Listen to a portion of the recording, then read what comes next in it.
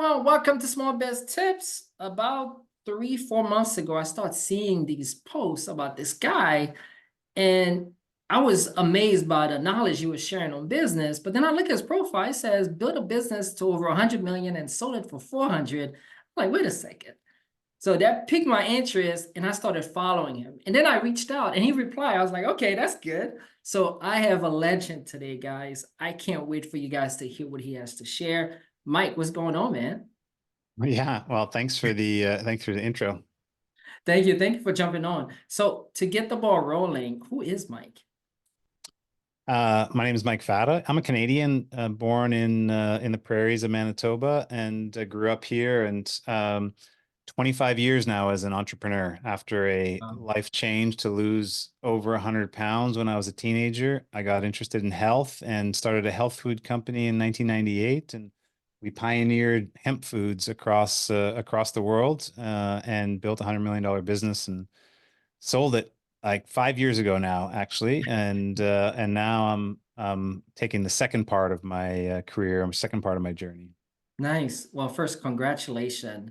There's not too many entrepreneurs I know that, one, pioneering a whole industry, and then two, build it to 100 million. So I want to dive right in, right? What are some of the lessons you learned when you first started that business from the zero to the 1 million mark to the 1 million, 10 million, 10 million, 50 million, 50 million to 100 million?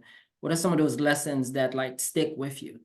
Yeah, I think the biggest thing that I've learned, um, is to have a plan, have a roadmap, have a growth plan for your business. I think it's just the most important. I'm not talking about a business plan, the old school business Yeah. plan where you write 50 pages of stuff and it And sits in nobody your look at drawer. it. I'm talking about like what from startup of your business, or if it's your first 100,000 or the first 500,000 or first million, Yeah. what does that look like? How many customers? What's the average Mm, customer?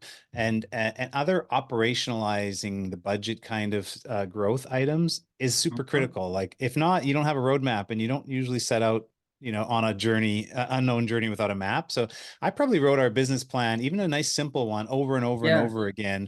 Like it took us 5 years to get to the first $1 million in sales, and by then I probably wrote the business plan like 20 or 30 times. Like, and I'm a pretty simple guy. I like to just put it on a PowerPoint and have some bullets on what I should be focused on as an entrepreneur when I get up every morning and get into the office. Hmm.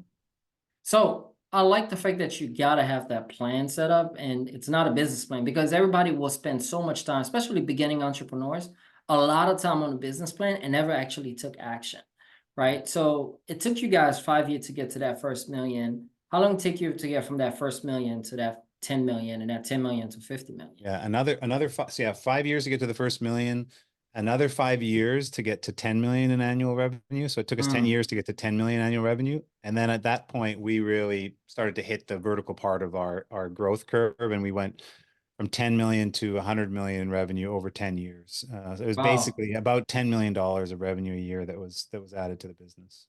Congratulations on that. Now I'm curious, what were some of the changes that was happening in the business, right? Because from that 1 million to 10 million, I'm pretty sure from the team, the way you Sure, guys yeah. operate, from that Yeah, 10 million to that 100 million. yeah, and we're in the consumer packaged goods business, being it's a health food sold in retail stores. And so, the scale at which we were in business really, it changed what our needs were from Hmm. team and systems and process. And all the business had to grow all at the same time, right? It Yeah. doesn't do you any good if you're a small business and you get a lot more sales opportunities, but operationally you can't fill it, Can't fulfill it. or you have all this operational capacity and you invest in all this overhead and equipment and stuff, and you can't sell that much product, then you're usually Yeah. losing. So it was about, thinking about the right stages of growth. And I help a lot of entrepreneurs with that. Like, that first Hmm. quarter million in a business, that first half million, that first $1 million really should be your solid foundation, so that if you do that right, you could Yeah. just do like 5 times the activities or 10 times the activities to get to 5 or 10 million, right? Where in a lot of businesses it goes wrong, especially in our industry. If you have like too many products and you go too Mhm. wide in distribution, like too many customers that are far away from you, and it's really hard to have impact on scaling that business up. It's you make unscalable situations. So I think being a younger entrepreneur or starting up a new business or is trying to scale it past, the $1 million to multi-million dollars, Yeah. those are some of the considerations for sure.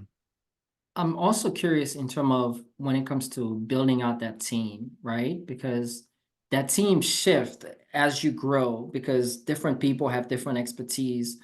How was that hiring process for you? Like, do you have certain way that you're like, okay, this is how we're gonna hire the right team members? Yeah, for sure. Now I do, and I learned through that. But I think the you're right. Hey, at the end of the day, you have to have sales, marketing, operations, and finance all covered, right? So as a founder, if you're a good sales and marketing person, then your first hire probably is a finance and operations person, right? Yeah, And more of your dollars are going to go there. And the same would be the opposite would be true if you were more of like an accountant and a finance and operations minded person.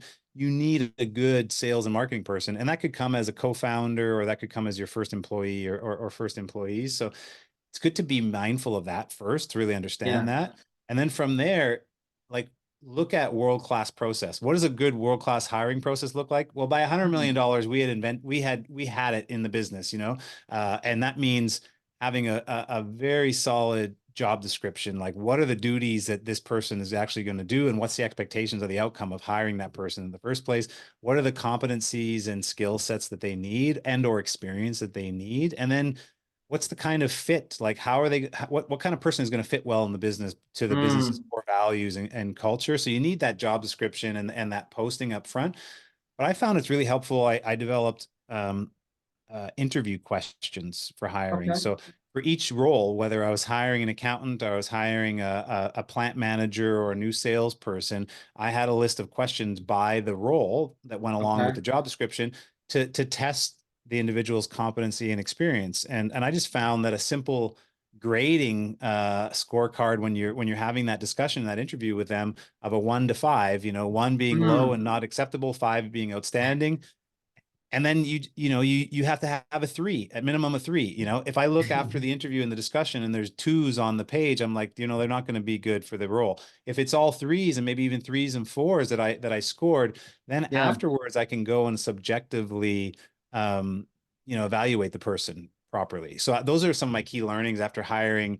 We had upwards of more than 200 team members on the team, but probably Mhm. hired like 500 people over the 20 years in Yeah. business with some of the turnover and stuff. So you gotta get really good at the and efficient at the process, which is one of the tools. I'd give a shout out, little mini commercial for Yeah, absolutely. fatafleischmann.org, right? Our mass mentorship toolbox where I've made available forms, tools, like my HR interview questions and some of these things that we're talking about right now and much more for free on the internet. You can go to fatafleischmann.org, sign up for a free account and access all of these things that are really helpful for the foundation of business, but also when you're scaling it up. We're gonna have to add those links in the show notes at the end. I think that is super valuable. I want to go a step further because, right, you had hire 500 plus people in terms of the culture, because you hear that word a lot. How did you guys build that internal culture in the organization to help scale that thing? Yeah, So, so I think this, and I think this is important when it comes to culture. yeah, Like, right, even if you're a solopreneur and you're the only person in your business, okay, I think it's really important for you to be clear on what is the mission of the business. Like, what are you hmm, trying to do? I give our example for Manitoba Harvest was to manufacture the highest quality brand of hemp food products, to educate consumers on the nutritional aspects of hemp foods, and to support sustainability in all that we do. So our mission statement was really clear. Outside of the mission statement, what also has to be clear for a business is what your core values are. Again, yes, I give the example of our core values were quality, because we were in the food business, honesty, hmm, transparency, trust. And so how do you build culture in a business? As the founder, as yes, the entrepreneur, you're clear on the mission and you're clear on the values. And I mean so clear on it that you want to print that on t-shirts and print it on the wall and stuff, even if it's in your office, right? Then when the first person comes in, your first employee, when you hire the first employee, you could say, ask them questions as it relates to the mission and the values and see how they answer that, to make sure that their personal values are aligned with the organization's Yes. values. And if you get that, then you get culture, and your role then, especially as it scales up and you have a team of 10 people, 20, 50, 100, hundreds of people, right? Your role as CEO, as the founder, as the entrepreneur, is to be the keeper of that culture. So first you got to Wow. start it. And then after that, you have to make sure that everyone plays well to those standards. And the best way to do that is lead by example. I love it. I love it. Thank you for sharing that. Now I'm curious. Um, Not only you built that business, but you guys sold it twice, from what I learned. Yeah. Tell us more Yeah. about that. How do you sell the same business twice? Yeah, I mean, it happens. It happens all the time. The answer is we sold majority of the business the first time to a private Gotcha. equity sponsor, so a financial buyer that not only bought the majority of the business, and myself and a number of our team members stayed on. They Yeah. also then were our sponsor because they were a Wow. billion-dollar financial fund, and so we use their resources to then acquire our largest competitor, Hemp Oil Canada, and merge the two businesses together. And then 3 years later, we sold the business to Tilray, Gotcha. 100% of the business. So then now Tilray, since 2019, Tilray owns the business outright. But in 2015, that first sale was Compass Diversified Holdings bought majority, but then you Yeah. still had myself and some of the management team members still involved with the business as I, minority shareholders. I'm curious because I've been fortunate to also sell my last company. W- In my experience, because I didn't have a plan after selling, I didn't know what to do for a couple Mhm. months. How was that experience for you when you were fully exited the business? What was going on in your mind? And did you have a plan or because I know a lot Yeah, of founders go through that. thankfully for me, the first sale of the business, even just the majority, Yeah. gave me a lot of time to think about, hey, I was going to be involved in the business forever, but it was still a shock. Like when we sold the business 2019, there's a grieving process there, and not a lot of Mhm. entrepreneurs talk about the grieving process. But Yeah. you can make a lot of money, and it sounds good that maybe you want to be on a beach and having a margarita or whatever that is. That doesn't last. Like, Nah, you what I get bored. found, my not only myself but many thankfully successful entrepreneur friends that have built and grown and sold a business, Yeah.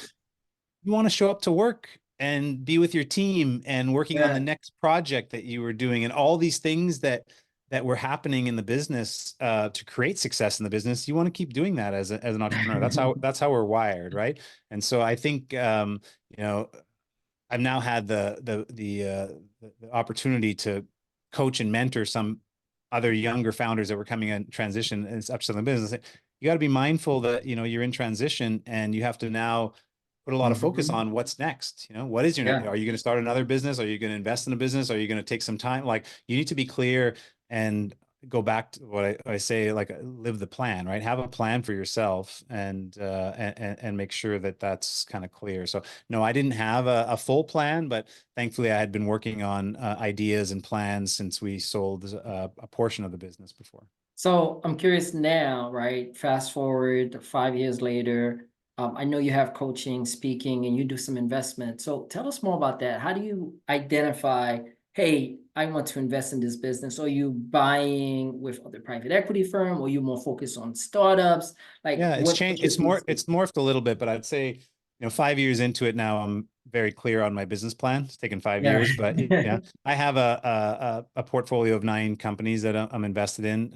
It was 10, but we were successful already in selling one of the portfolio companies, Congrats. Soul Cuisine. And so I for my investment side, I look for venture stage growth companies, really, which is like, Gotcha. more of the $10 million in revenue.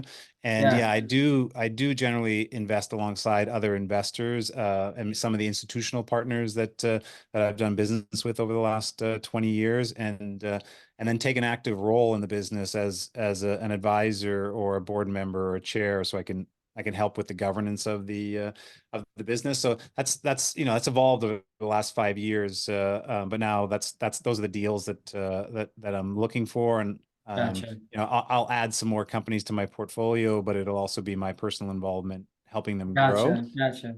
And then for the companies that are not $10 million yet, Yeah. because I get approached a lot, and I've had, the other part of that is like, I have a lot of conversations with founders, more than 1,000, and through LinkedIn and other social, and for the founders that, are under that size, I'm trying to offer my mentorship in some form or fashion to Mm, help them personally and professionally grow and continue to grow their business. So whether it's my social posts or newsletter or my podcast or my book or the speaking engagements that I do, like get the information that I've learned and yeah. how I built success now in multiple businesses and make sure that that information shared so that other entrepreneurs can take that form of mentorship if they want it.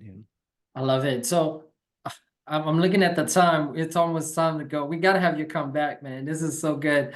I'm curious, to kind of wrap things up, right? What is that over the 20 plus year journey? What is that one small biz tip beside having a plan that you would share with any entrepreneurs that's in that 0 to 10 million mark, or even the one that's 10 million or 50 million, Yep. that that they can take and run with it? Yeah. Number one thing for me after 25 years as an entrepreneur is this. You need to be in your best, you have to be your best self. You need to be in your best shape, physically, mentally, emotionally, to carry on long bouts as an entrepreneur and be successful Yeah. as an entrepreneur. So that's like putting your own oxygen mask on first, and too many entrepreneurs take that for granted, but it's not sustainable. If you Mm, work really hard, and even if your business is growing and successful, if you burn out or you get sick or something else happens to you, then your whole business goes for naught. So you have to have a plan for yourself, a personal growth plan, and hopefully that's sleeping well and yeah. exercising and eating good and hydrating well and de-stressing and stuff like that, but that would be my number one recommendation for anyone that's starting out as an entrepreneur or people that are in the midst of their journey and they know Yeah. they want to be prepared to go for the long haul. Wow. How do people get in touch with you if they want to take advantage of your book or any? Because I know you got a book that recently came out. Yeah, Like, I get what's my book, Grow 12 Unconventional Lessons for Becoming an Unstoppable Entrepreneur. there you So that's a go. good one. You can get on Amazon for anyone interested. Yeah, all things Mike Fata, people can go to mikefata.ca, mikefata.ca. But I'm also very active on LinkedIn. So I'm Yeah, on there on a daily basis. If you want to connect, just drop me a line on LinkedIn, tell me you listen to this show and happy to connect. Mike, thank you again for your time, guys. Check him out. He's full of knowledge, as you can see. He shares just a few nuggets. We may have to have him back if he wants to. So thank you again for jumping on. Yeah, you're welcome, man. Have a good rest of your day.